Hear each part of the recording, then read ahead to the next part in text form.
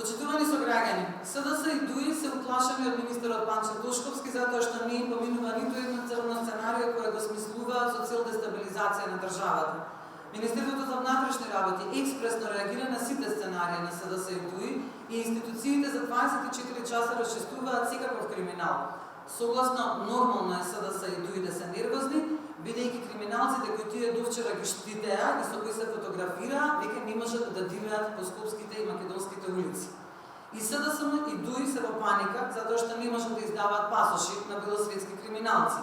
СДСМ и ДУИ се во паника и се нервозни, бидејќи се плашат за криминалот кој се открива, кој тие го правеле во РЕК Битола, ЕСМ, МЕПСО, државни патишта, државна лотарија и други институции. СДСМ и ДУИ се плашат бидејќи знаат дека криминалците во нивните редови ќе се соочат со законот. СДСМ и ДУИ се плашат бидејќи знаат дека министерот Панче Тошковски и Министерството за внатрешни работи работат по закон и нема недопирливи. Интерпелацијата за министерот Панче Тошковски е одраз на страв и паника на СДСМ и ДУИ и тие доправа ќе се плашат затоа што кој се погрешил пред законите и треба да се плаши, затоа што ништо повеќе нема да биде како до сега.